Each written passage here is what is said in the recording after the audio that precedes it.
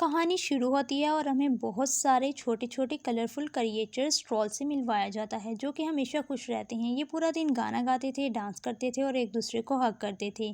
इसके अलावा इनके पास और कोई काम नहीं होता। जबकि दूसरी तरफ आते हैं बर्गन्स। ये लोग बहुत बड़े बड़े क्रिएचर्स हैं, लेकिन बहुत ही गंदे और बोर। इन लोगों के माइंड में अजीब बात आ गई थी कि अगर इन्हें खुश रहना है तो उनको छोटे क्रिएचर्स यानी ट्रोल्स को खाना होगा, जो हमेशा खुश रहते थे, और ऐसे ये लोग भी खुश रहेंगे। अब इन लोगों ने एक ट्रोल ट्री को कैद कर लिया था अपने अंदर की खुशी पाने के लिए। ये लोग साल में एक मर्तबा ट्रोल दिवस मनाते थे, यानी वो दिन मनाते थे जिस दिन वो लोग खुश होने के लिए ट्रोल्स को खाते थे। ये सारी चीज़ों को वहाँ की शेफ़ संभालती थी, यही सबको ट्रोल्स ला के खाने के लिए देती थी। आज यहाँ के बादशाह के बेटे को पहली बार ट्रोल खाने को मिलना था, और वो शेफ़ दरख्त से एक ट्रोल तोड़कर उसे देती है। जिससे ही बादशाह का बेटा इस ट्रोल को खाता है तो इसे कुछ अजीब लगता है और वो इस ट्रोल को थूक देता है। पता चलता है कि वो एक ट्रोल नहीं था बल्कि लकड़ी का एक पुतला था।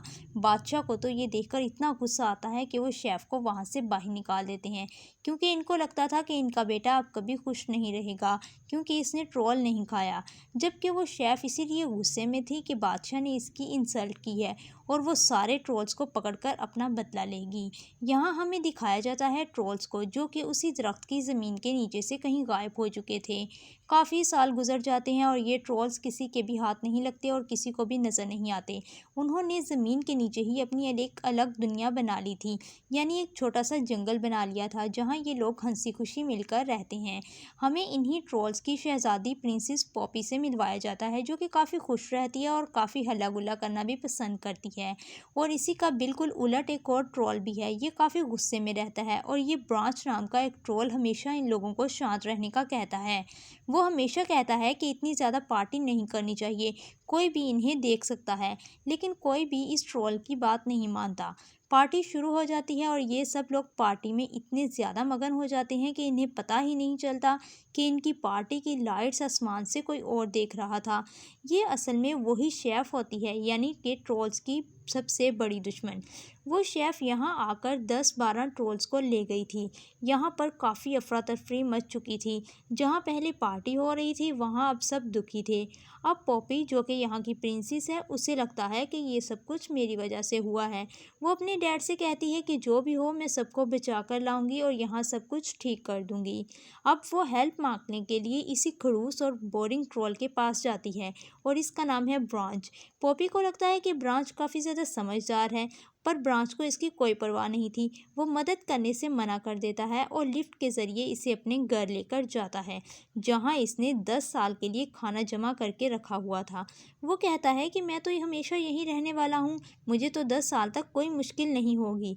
प्रिंसेस उदास होकर वहाँ से चली जाती है, और फिर कुछ देर के बाद प्रिंसेस अपने साथ बहुत सारे ट्रोल्स को लेकर इसके घर आ जाती है।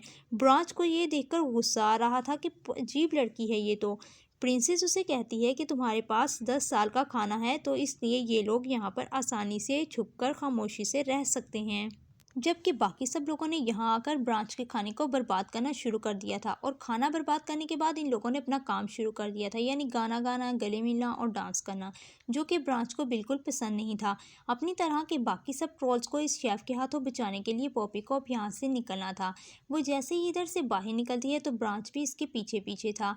अकेले सफ़र करते हुए इसे काफ़ी बोरियत हो रही थी, इसलिए इसने गाना गाना शुरू कर दिया था, और इसके गाना गाने की वजह से सारे अजीबोगरीब पौधे और सारे अजीबोगरीब कलरफुल जानवर इस पर हमला करने के लिए तैयार हो जाते हैं, जिनसे बहुत मुश्किल से बचते हुए वो आगे आती है। गाना गाते हुए इसने बहुत सी मुश्किलों का सामना कर लिया था। अब वो सबसे बड़ी मुसीबत में फंस गई थी। वो गिरी थी स्पाइडर्स के घर पर और पूरी की पूरी इनके वेब्स यानी इनके जाल में फंस गई थी। तब उसे बचाने के लिए यहाँ ब्रांच पहुँचता है, जो ना सिर्फ सारे स्पाइडर्स को वहाँ से भगाता है बल्कि पॉपी को भी इन जालों से आज़ाद करके मरने से बचाता है, और उसे कहता है कि ज़िंदगी कोई मजाक नहीं है जो गाना गाते हुए और डांस करते हुए गुजर जाए। तुम्हें चीज़ों को सीरियस लेना होगा। अब इनको आगे जाना था इन बर्गस टाउन्स में, जहाँ पर इस बड़ी सी शेफ़ ने इनके जैसे और ट्रोल्स को रखा हुआ था। वो लोग एक ऐसी जगह पहुंचते हैं जहां बहुत सारे टनल्स के रास्ते थे। असल रास्ता जानने के लिए इनको किसी और की मदद चाहिए थी और यहाँ इनकी मदद करने के लिए एक क्लाउड यानी कि एक बादल आता है जो इनसे अजीबोगरीब काफ़ी ज़्यादा सवाल करने के बाद आखिर इनको सही टनल यानी सही रास्ता बता ही देता है। यहाँ आने पर ये लोग गंदगी का ढेर देखते हैं, जगह जगह मक्खियाँ और वो गंदे गंदे बड़े बड़े बर्गन्स। लेकिन खैर इनको इनसे मतलब नहीं था, इनको बस अपने जैसे ट्रोल से मतलब था, जिसके बारे में इनको पता चला था कि वो शेफ़ की हेल्पर के पास हैं। वो ट्रोल्स मिलकर उनके पास पहुंच जाते हैं। यहाँ आकर जब वो ट्रोल्स को छुड़ा रहे थे तो इनको पता चलता है कि जिस लड़की ने इन सारे ट्रोल्स को अपने पास रखा हुआ है वो बादशाह के बेटे को पसंद करती है। जब ये सारे लोग वहाँ से जा रहे थे तो शेफ़ की काम वाली ने इन सबको देख लिया था। इससे पहले कि वो इन सबको रोकती, पॉपी उसके दिल की आवाज़ सुनकर इससे बादशाह के बेटे में के बारे में बात करने लग जाती है और इससे कहती है कि अगर तुम इन सबसे मिलना चाहती हो तो हम तुम्हारी मदद कर सकते हैं। तो पॉपी भी इतनी बेवकूफ़ थोड़ी ना थी कि वो अपनी जान को ख़तरे में डालकर इसकी मदद करती। असल में इनका एक ट्रोल गायब था, हो सकता था कि वो बादशाह के बेटे के पास पहुंच गया हो उसके खाने के तौर पर। इसी को बचाने के लिए वो ये सारा ड्रामा कर रही थी। सारे ट्रोल मिलकर इस शेफ़ की हेल्पर को तैयार करते हैं बहुत अच्छे से और इसके सर पर खड़े होकर अपने बालों को उसके बाल बना देते हैं। इस तरह वो यहाँ की सबसे खूबसूरत लड़की बन जाती है। बादशाह के बेटे से वो मिलती है और बादशाह के बेटे को वो बहुत ज़्यादा अच्छी लगती है और यहाँ बातें करते हुए उन्होंने अगली बार मिलने का भी वादा कर लिया था। वो भी वादा करते हैं कि हम ट्रोल दिवस पर मिलेंगे, यानी तब जब बादशाह के बेटे ने पहली मर्तबा ट्रोल खाना था। अब ये सारे ट्रोल्स इसी हेल्पर की मदद से अपने इसी ट्रोल के साथी को ढूंढने की काफ़ी कोशिश करते हैं, लेकिन जब इन्हें वो नहीं मिलता तो ये लोग भी फंस जाते हैं। इनकी शेफ़ ने इन सबको ढूंढ लिया था और इन्हें कैद कर लिया था। वो इन सबको कहती है कि मुझे तुम्हारे जैसे बाकी ट्रोल्स का नहीं पता कि वो कहाँ गायब हो गए हैं, लेकिन मैं इनका पता चला लूँगी, वो भी इस ट्रोल के ज़रिए। पॉपी को पता चल जाता है कि इन्हीं के जैसे एक और ट्रोल ने गद्दारी की है। वो अपनी जान बचाने के लिए अपने जैसे तमाम ट्रोल्स की जानों को ख़तरे में डाल चुका है। इसने शेफ़ के साथ ये डील कर ली थी कि अगर वो इसकी जान छोड़ देगी तो वो इसे सारे ट्रोल्स का ठिकाना बता देगा। आज ट्रोल दिवस भी आ गया था और वो शेफ़ सारे ट्रोल्स को पकड़ के ले आई थी अपने लोगों को खिलाने के लिए। यहाँ पे पॉपी के डैड भी इससे मिलते हैं। पॉपी मिलकर इनसे माफ़ी मांगती है कि मुझे माफ़ कर दीजिए, मुझे लग रहा था कि मैं अपने जैसे सारे ट्रोल्स को बचाकर यहाँ ले आऊँगी, लेकिन ऐसा नहीं हुआ, मैंने सबको ख़तरे में डाल दिया। जबकि दूसरी तरफ हमें दिखाया जा रहा था बादशाह के बेटे को, जो कि एक बर्गर था और अपनी दोस्त का वेट कर रहा था, जो कि असल में शेफ़ की हेल्पर थी। वो भी इससे मिलना चाहती है पर वो कैसे जाती, इसके पास आज बहुत काम था। शेफ़ अपनी हेल्पर को कहती है कि जल्दी से सारे ट्रोल्स को बाहर ले आओ, ट्रोल दिवस शुरू हो गया है। और तब वो लड़की अंदर जाती है और सारे ट्रोल्स को आज़ाद कर देती। पॉपी इससे पूछती है कि तुम ऐसा क्यों कर रही हो, ऐसे करने से तो तुम खुद फंस जाओगी। वो लड़की कहती है कि अब मुझे ये तो नहीं पता कि अब मेरे साथ क्या होगा, लेकिन मुझे ये ज़रूर पता है कि असली खुशी तो ट्रोल्स को खाने में नहीं है, बल्कि असली खुशी तो अंदर होती है। इन सब बातों के दौरान शेफ़ बहुत बार उसे बाहर से बुला चुकी थी कि जल्दी से सब ट्रोल्स को लेकर बाहर आ जाओ। फिर वो खाली बर्तन को लेकर वहाँ आ जाती है जहाँ सारे बर्तन्स बैठे हुए थे और ट्रोल ट्रोल कहकर चिल्ला रहे थे, यानी अब इन्होंने ट्रोल खाना था। जैसे ही वो लड़की बर्तन लेकर आती है तो बादशाह का बेटा सबको कुछ देर के लिए रोक देता है और कहता है कि प्लीज़ मेरी दोस्त का इंतज़ार करो, मैंने उसे आने के लिए कहा था और वो ज़रूर आएगी। काफ़ी देर गुजरने के बाद शेफ़ बादशाह के बेटे से कहती है, सॉरी लेकिन मुझे नहीं लगता यहाँ पर अब कोई आने वाला है, हम काफ़ी इंतज़ार कर चुके हैं और कोई बेवकूफ़ ही होगा जो आपकी बात नहीं मानेगा। ये सुनकर बादशाह का बेटा भी ट्रोल्स को खाने की इजाज़त दे देता है। तो जब बर्तन खोला जाता है और वो खाली निकलता है तो शेफ़ का तो गुस्से से बुरा हाल हो जाता है। वो अपनी हेल्पर को डांटने लग जाती है कि सारे ट्रोल्स तुमने खुद खा लिए हैं, इसीलिए अब उसको पकड़ा जा रहा था।